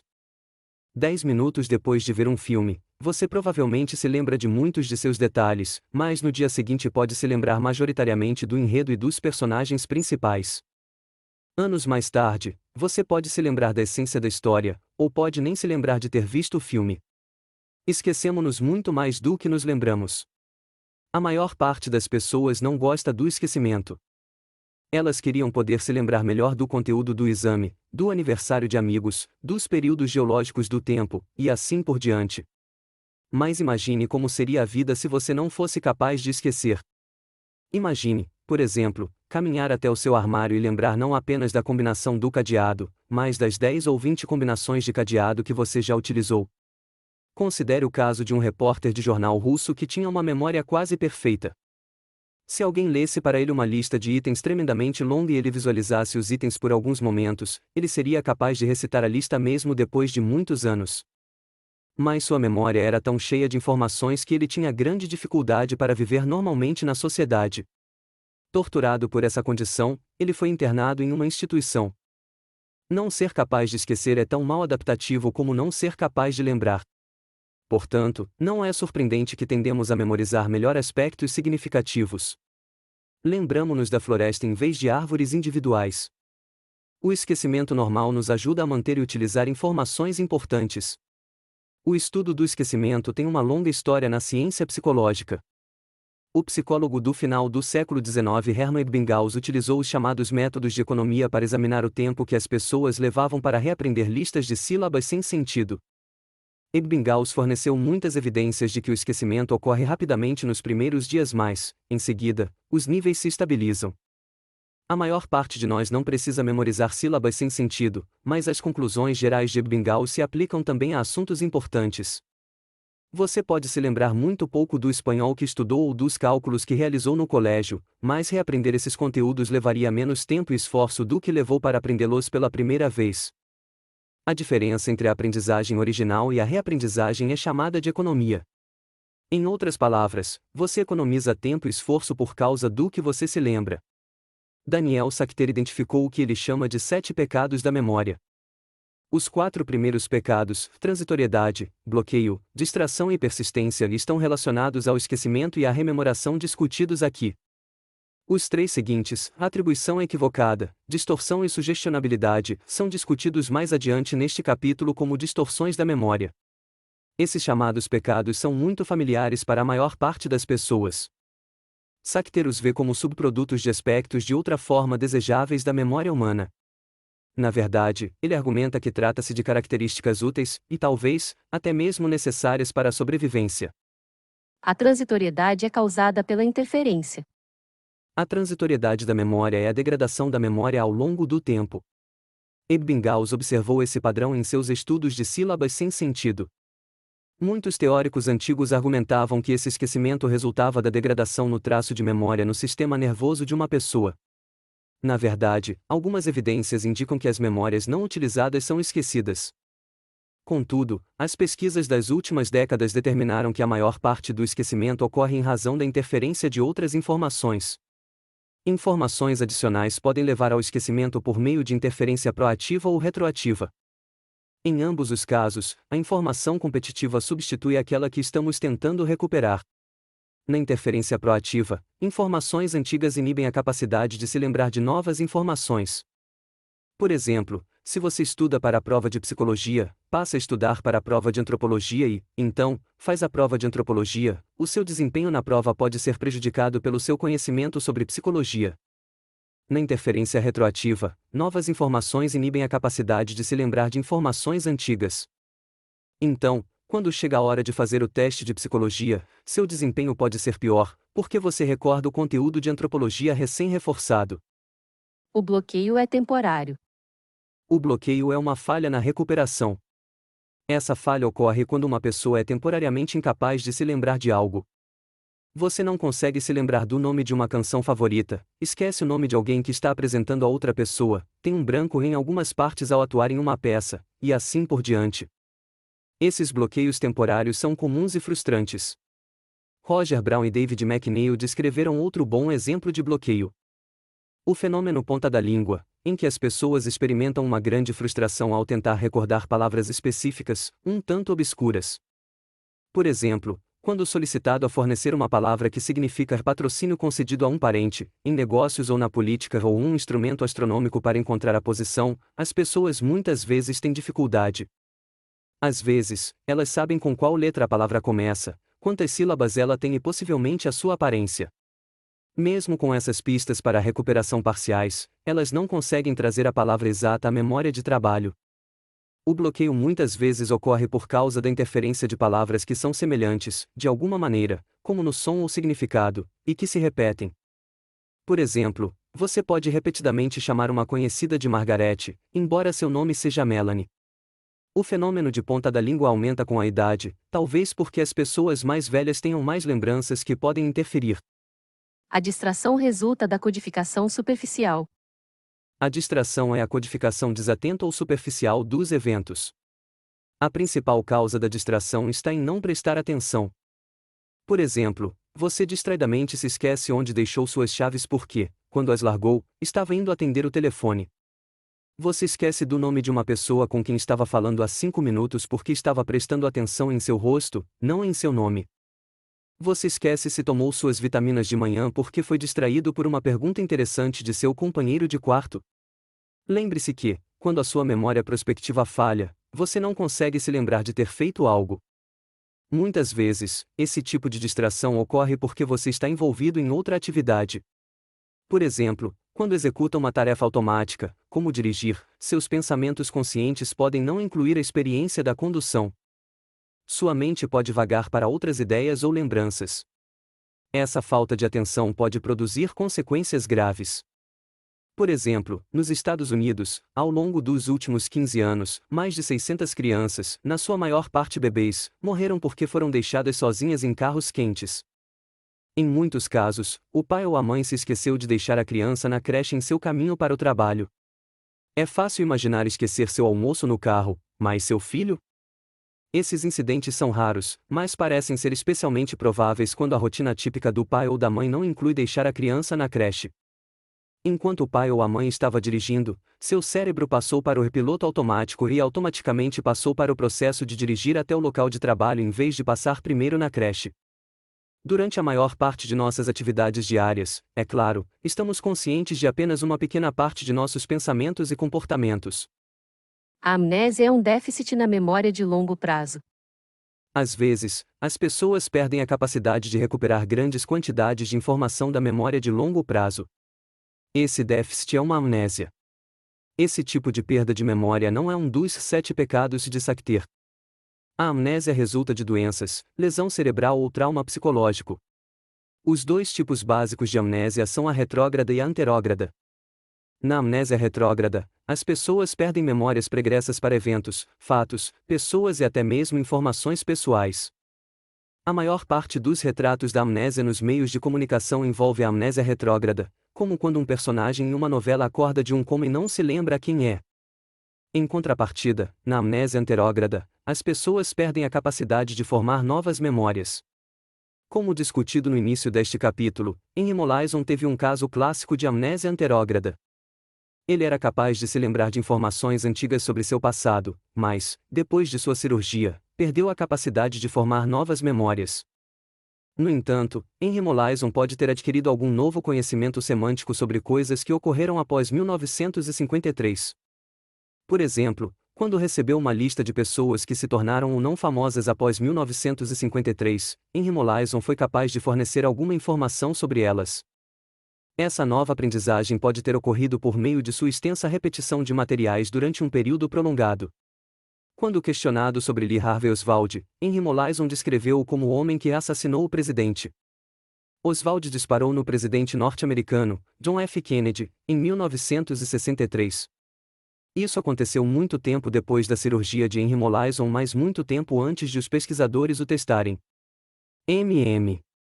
De alguma maneira, formou essa nova memória e reteve essa informação durante um período prolongado de tempo. A persistência é a recordação de memórias indesejadas. Às vezes, você quer se esquecer de alguma coisa, mas tem dificuldade para fazê-lo. A persistência ocorre quando memórias indesejadas são lembradas, apesar do desejo de não fazê-lo. Algumas memórias indesejadas são tão traumáticas que destroem a vida do indivíduo. Um exemplo proeminente de persistência ocorre no transtorno de estresse pós-traumático. O TEP é um grave problema de saúde mental, com uma prevalência estimada de 7% somente nos Estados Unidos. Os gatilhos mais comuns para o TEP incluem eventos que ameaçam a pessoa ou aqueles próximos a ela. Por exemplo, a morte inesperada de um ente querido, uma agressão física ou sexual, um acidente automobilístico, um desastre natural ou a visão de alguém gravemente ferido ou morto pode ser uma fonte de TEP. Eventos emocionais estão associados à atividade da amígdala, o que poderia estar na base da persistência de determinadas memórias. Uma considerável quantidade de pesquisa está em andamento para produzir fármacos que apaguem memórias indesejadas. Um agente, o propranolol, bloqueia os receptores pós-sinápticos para o neurotransmissor norepinefrina. Se for administrado antes ou logo após uma experiência traumática, as memórias e a resposta de medo hormonalmente reforçadas para esse evento são reduzidas, e o efeito dura por meses. Contudo, fármacos como o propranolol podem ter efeitos colaterais. De modo alternativo, como discutido anteriormente, a extinção pode ser utilizada durante a reconsolidação para obter resultados iguais ou semelhantes, potencialmente sem efeitos colaterais. Como o propranolol precisa ser administrado próximo do evento traumático e da reconsolidação da memória, ele funciona apenas com as memórias relativamente recentes, não com as mais antigas e bem estabelecidas. E em relação a traumas persistentes do passado? Pesquisadores recentemente utilizaram inibidores da DAC durante a reconsolidação de memórias negativas distantes. Lembre-se de que já foi dito neste capítulo que a inibição da DAC remove as pastilhas de freio moleculares da memória. A inibição da DAC poderia promover uma reconsolidação suficientemente potente para acabar com a memória original e substituí-la pela nova versão? Ao inibir a DAC durante a reconsolidação de uma memória de um animal não humano, os pesquisadores foram capazes de reduzir uma antiga resposta condicionada de medo. Esse processo é o equivalente a recordar um acontecimento traumático ocorrido há muito tempo e, em seguida, apagá-lo. Embora esses métodos ainda não tenham sido utilizados em seres humanos, a inibição da DAC mostra ser promissora no tratamento do trauma duradouro. Mas apagar memórias leva a muitas questões éticas. Se formos capazes de apagar memórias traumáticas, devemos remover apenas aquelas que estavam além do controle do sofredor? Ou uma pessoa deve ser tratada por sofrer pelo peso na consciência depois de um ato maldoso intencional? Reduzir memórias para retirar o espinho emocional da vida nos fará menos humanos? Como são distorcidas as memórias de longo prazo? A maior parte das pessoas acredita que a memória humana é um armazenamento permanente. Contudo, as pesquisas mostram com clareza que ela é polarizada, com falhas e distorcida. Nesta sessão, você vai aprender como os sistemas da memória de longo prazo dos humanos fornecem representações não tão precisas de eventos pregressos. As pessoas reconstroem os eventos de modo que sejam consistentes. O viés de memória é a mudança nas memórias ao longo do tempo de modo a torná-las compatíveis com crenças ou atitudes atuais. Como um dos maiores pensadores da psicologia, Leon Festinger, colocou: "Eu prefiro confiar na minha memória. Eu convivi com essa memória por um longo tempo, estou acostumado a ela, e se eu reorganizei ou distorci qualquer coisa, com certeza isso foi feito para o meu próprio benefício." Considere os alunos que fazem cursos em habilidades de estudo. Eles muitas vezes não conseguem ouvir os conselhos que recebem, e há apenas evidências modestas de que esses cursos sejam benéficos. No entanto, a maior parte dos estudantes descreve os cursos como muito úteis. Como algo que geralmente produz resultados inexpressivos pode ser tão positivamente aprovado? Para entender esse fenômeno, os pesquisadores distribuíram os estudantes aleatoriamente para receber um curso de técnicas de estudo genuíno ou em um grupo controle que não recebeu nenhum treinamento especial. Os alunos que fizeram o curso real mostraram alguns sinais de melhora. No entanto, os seus desempenhos no exame final foram ligeiramente piores do que os do grupo controle. Ainda assim, eles consideraram as habilidades do programa de estudo muito úteis. O experimento teve uma característica que ajuda a explicar o porquê. No início do curso, os participantes foram convidados a avaliar suas habilidades em estudar. No final, eles novamente se classificaram e foram convidados a recordar como tinham inicialmente se classificado. Ao descrever as suas classificações iniciais, os alunos do curso de técnicas de estudo se lembravam de ter um desempenho significativamente pior do que haviam dito inicialmente. Desse modo, os estudantes estavam conseguindo o que querem por meio da revisão do que tinham. As pessoas tendem a se lembrar de suas crenças pregressas e atitudes passadas como consistentes com as atuais. Muitas vezes, elas revêem as suas memórias quando mudam de atitudes e crenças. As pessoas também tendem a se lembrar de eventos imobilizando-se em papéis de destaque ou visões favoráveis. Conforme discutido no capítulo 12, as pessoas igualmente tendem a exagerar suas contribuições para os esforços do grupo, levar o crédito por sucessos e colocar a culpa de fracassos nos outros e a lembrar mais de seus sucessos do que de seus fracassos. As sociedades também influenciam as suas lembranças de eventos pregressos. As memórias coletivas dos grupos podem perturbar seriamente o passado. As histórias oficiais da maior parte das sociedades tendem a minimizar seus comportamentos pregressos que foram repugnantes, imorais e mesmo assassinos. As memórias dos perpetradores geralmente são mais curtas do que as das vítimas. As memórias em flash podem estar erradas. Alguns eventos levam as pessoas a experimentar o que Roger Brown e James Kulik denominaram de memória em flash. Essas memórias vívidas são as circunstâncias em que as pessoas tomam conhecimento pela primeira vez de um evento surpreendente lógico ou emocionalmente excitante. Quando, em 1977, Brown e Kulig entrevistaram as pessoas sobre suas lembranças do assassinato do presidente John F. Kennedy, eles descobriram que elas descreviam essas memórias em flash de 14 anos atrás em termos altamente vívidos. Os detalhes incluíam com quem estavam, o que estavam fazendo ou pensando, quem lhes contou ou como descobriram e quais foram suas reações emocionais ao evento. Em outras palavras, as memórias em flash são um exemplo de memória episódica. Contudo, elas não refletem o problema da persistência, na medida em que não são memórias recorrentes indesejadas. Você se lembra onde estava quando? Você se lembra onde estava quando você ouviu falar dos atentados da Maratona de Boston? Ou quando ouviu pela primeira vez que o líder jihadista Osama Bin Laden tinha sido morto? Um problema óbvio afeta a pesquisa sobre a precisão das memórias em flash. Ou seja, os pesquisadores precisam esperar que um evento em flash ocorra e, imediatamente em seguida, realizar seu estudo. Durante 3 anos após os ataques terroristas de 11 de setembro de 2001, foi realizado um estudo com mais de 3.000 pessoas em várias cidades dos Estados Unidos. Os participantes foram inicialmente pesquisados uma semana após os ataques. As memórias relacionadas com 11 de setembro, como quando a pessoa ouviu falar pela primeira vez sobre os ataques e os conhecimentos da pessoa sobre os eventos, diminuem um pouco durante o primeiro ano, mas a memória mantém-se estável depois disso. Como seria de se esperar, as pessoas que viviam em Nova York no momento tiveram, ao longo do tempo, memórias mais precisas dos ataques ao World Trade Center. ênfase e memória. Embora as memórias em flash não sejam perfeitamente precisas, elas são pelo menos tão precisas quanto a memória para eventos comuns. Na verdade, as pessoas confiam mais em suas memórias em flash do que em suas memórias comuns. Qualquer evento que produz uma resposta emocional forte é suscetível de produzir uma memória vívida, embora não necessariamente precisa. Ou um evento distintivo pode simplesmente ser lembrado mais facilmente do que um evento trivial, mesmo que a memória resultante seja imprecisa. Esse último padrão é conhecido como efeito de von Restorff, em homenagem ao pesquisador que o descreveu pela primeira vez em 1933. É também possível que a maior atenção da mídia para os grandes eventos leve a uma maior exposição aos detalhes desses eventos, incentivando, assim, uma melhor memória. As pessoas fazem atribuição errada da fonte. Amnésia da fonte. A amnésia da fonte é uma forma de atribuição errada que ocorre quando uma pessoa tem uma memória para um evento, mas não consegue se lembrar onde encontrou a informação. Considere a sua memória mais antiga da infância. Quão vívida ela é? Você está realmente recordando o evento ou essa é alguma releitura? Como você sabe que não está se lembrando de algo que viu em uma fotografia ou uma história que lhe foi contada por membros da família? A maior parte das pessoas não consegue se lembrar de memórias episódicas específicas antes dos 3 anos de idade. A ausência de memórias episódicas iniciais é chamada de amnésia infantil.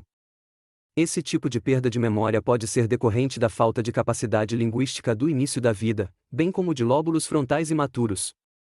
Criptomnésia. Um exemplo intrigante de atribuição errada da fonte é a criptomnésia. Aqui, uma pessoa acredita que teve uma ideia nova.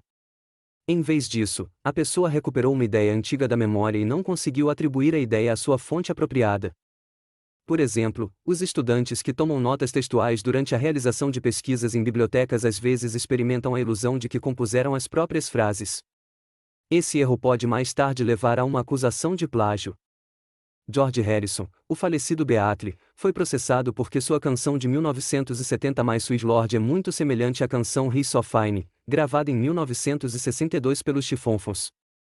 Harrison reconheceu ter ouvido He's So Fine, mas ele negou vigorosamente tê-la plagiado. Ele argumentou que, com uma quantidade limitada de notas musicais disponíveis a todos os músicos e uma quantidade ainda menor de sequências de acordes adequadas para o rock and roll, alguma sobreposição de composição é inevitável.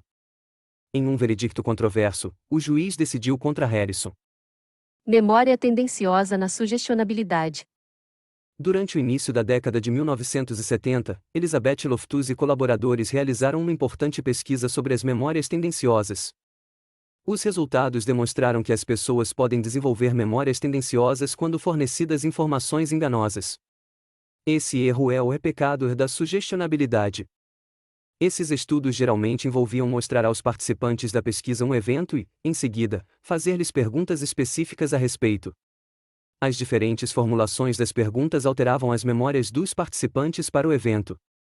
Em um experimento, um grupo de participantes viu um vídeo de um carro, um Datsun vermelho, se aproximando de um sinal de pare.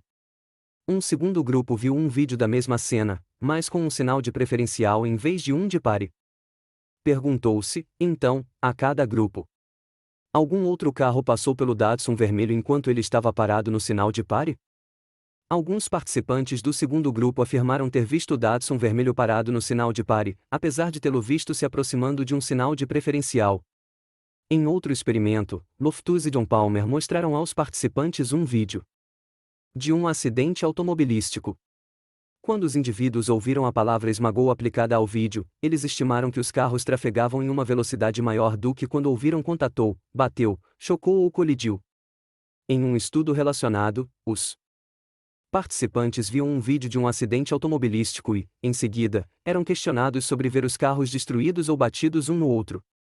Uma semana depois, eles foram perguntados se tinham visto o vidro quebrado no chão no vídeo. Nenhum vidro se quebrou no vídeo, mas quase um terço dos que ouviram destruídos falsamente se lembraram de tê-lo visto.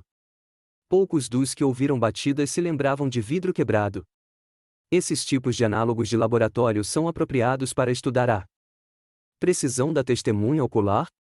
Afinal, as visões e sons de um acidente de trânsito, por exemplo, imprimem o evento na consciência da testemunha. Algumas evidências apoiam a ideia de que essas memórias são melhores no mundo real do que em laboratório. Um estudo examinou os relatos de testemunhas de um tiroteio fatal.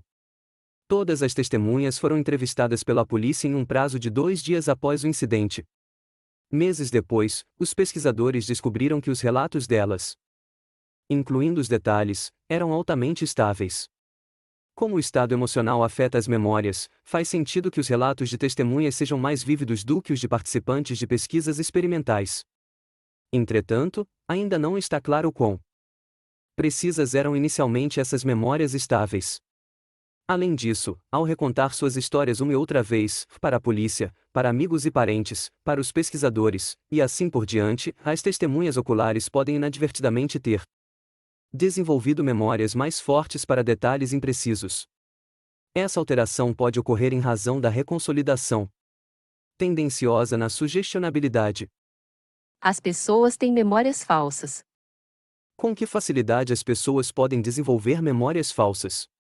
Para analisar essa questão, leia em voz alta a seguinte lista: azedo, doce, açúcar, amargo, bom, gosto, paladar, agradável, mel, refrigerante, chocolate, coração, bolo, ácido, torta. Agora coloque seu livro de lado e anote o máximo de palavras que conseguir se lembrar. Pesquisadores desenvolveram testes como esse para investigar se as pessoas podem ser enganadas ao recordar ou reconhecer eventos que não aconteceram. Por exemplo, sem olhar de novo na lista, responda a essa pergunta: quais das seguintes palavras estavam na lista? Doce, mel, paladar, adocicado, torta. Se você se lembrou de adocicado ou acha que o fez, você experimentou uma falsa memória, porque adocicado não estava na lista original. Contudo, todas as palavras nessa lista estão relacionadas com coisas doces. Esse procedimento básico produz falsas memórias de modo confiável. Além disso, as pessoas muitas vezes se sentem extremamente confiantes em dizer que viram ou ouviram palavras das quais falsamente recordaram. Agora, pense em quando tinha 5 anos. Você se lembra de ficar perdido em um shopping e ser encontrado por um idoso simpático que te devolveu para a sua família? Não. Bem, e se a sua família lhe contasse sobre esse incidente, incluindo o pânico sentido pelos seus pais quando não conseguiam encontrá-lo? Segundo a pesquisa de Elizabeth Loftus, você poderia, então, se lembrar do incidente, mesmo que ele não tenha acontecido. Em um estudo inicial, um garoto de 14 anos chamado Chris foi informado por seu irmão mais velho, Jim, que era parte do estudo, sobre o incidente perdido no shopping. O contexto era um jogo chamado Lembra Quando? Todos os outros incidentes narrados por Jim eram verdadeiros. 2 dias mais tarde, quando se perguntou a Chris se ele já tinha ficado perdido em um shopping, Chris começou a relatar memórias de como ele se sentiu durante o episódio no shopping. Em 2 semanas, ele relatou o seguinte: eu estava com vocês em um instante, no outro acho que fui olhar um brinquedo na loja de brinquedos. Aí, me perdi. Eu olhava em volta e pensava: ops, estou em apuros agora. E então eu pensei que nunca mais veria minha família novamente. Eu fiquei com muito medo. E então esse senhor, acho que ele estava vestindo uma camisa de flanela azul, veio até mim e ele era idoso. Ele não tinha cabelos no topo da cabeça. tinha um anel de cabelos grisalhos e usava óculos. Você pode se perguntar se havia algo especial sobre Chris que o tornou suscetível a desenvolver memórias falsas. Em um estudo posterior, Loftus e colaboradores usaram o mesmo método para avaliar se eles poderiam implantar falsas memórias em 24 participantes. 7 deles se lembraram falsamente de eventos que tinham sido implantados por familiares que fizeram parte do estudo. Como isso pode ocorrer? Quando uma pessoa imagina um evento acontecendo, ela forma uma imagem mental do evento. A pessoa pode posteriormente confundir essa imagem mental com uma memória real. Essencialmente, ela tem um problema de monitoramento da fonte da imagem. Para Chris, a memória de estar perdido no shopping tornou-se tão real quanto outros eventos da infância.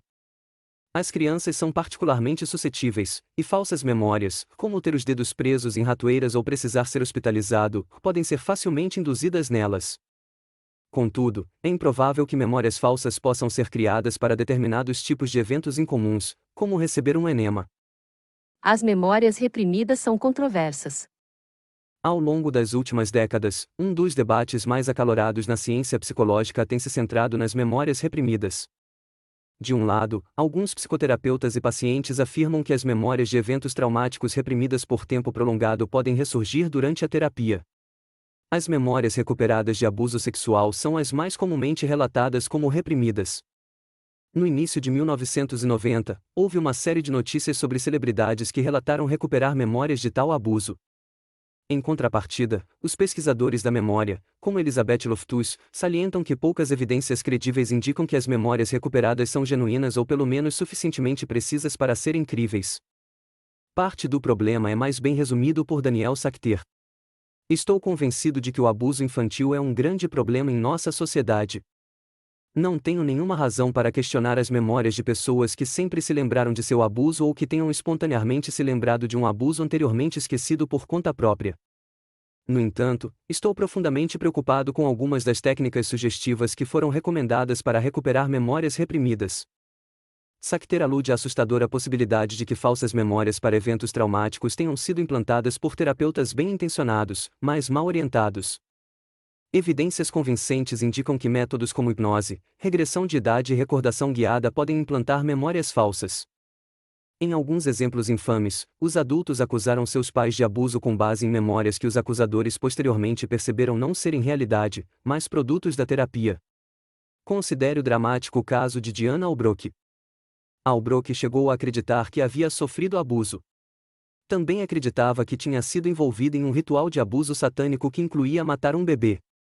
Quando expressou dúvidas a seu terapeuta e seu grupo de apoio sobre a veracidade desses eventos, eles lhe disseram que ela estava em negação e não ouvindo a menina interior.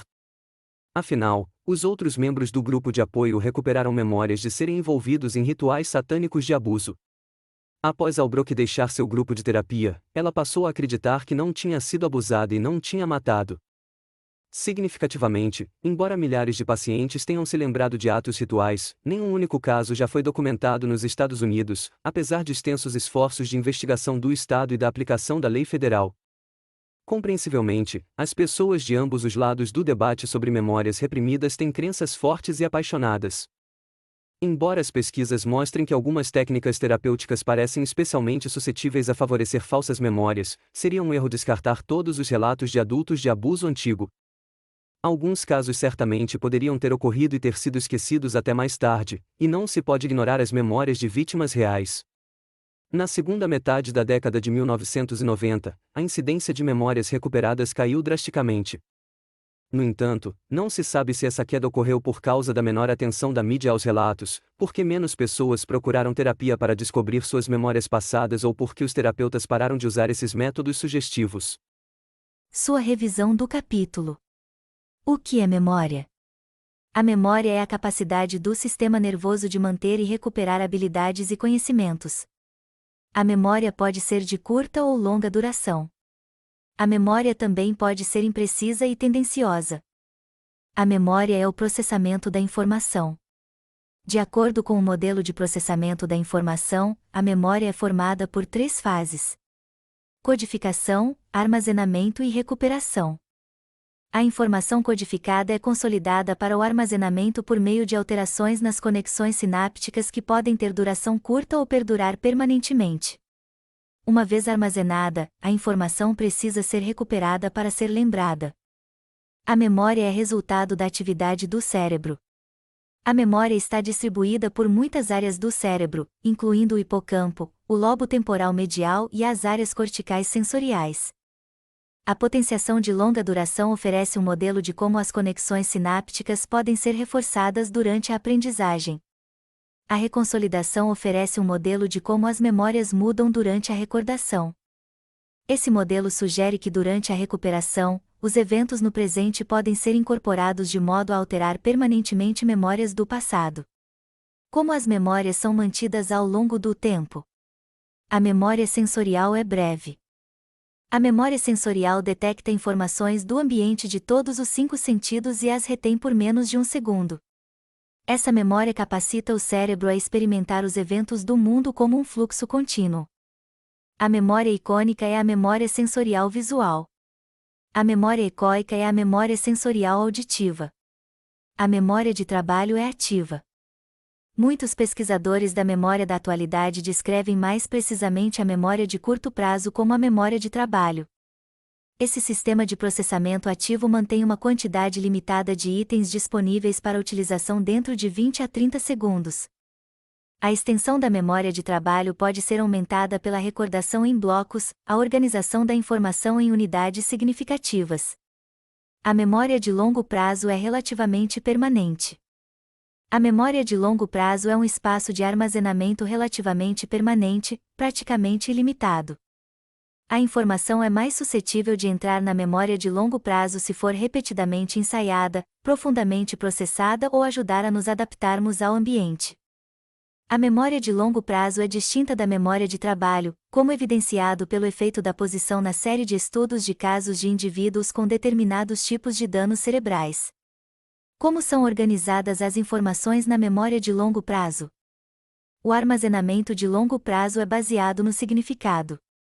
De acordo com o modelo de níveis de processamento, a codificação profunda melhora a memória. O ensaio de manutenção, repetir um item uma e outra vez, leva a uma codificação superficial e recordação ruim. O ensaio elaborativo liga informações novas a velhas, levando a codificação mais profunda e melhor recordação. Os esquemas fornecem uma estrutura organizacional.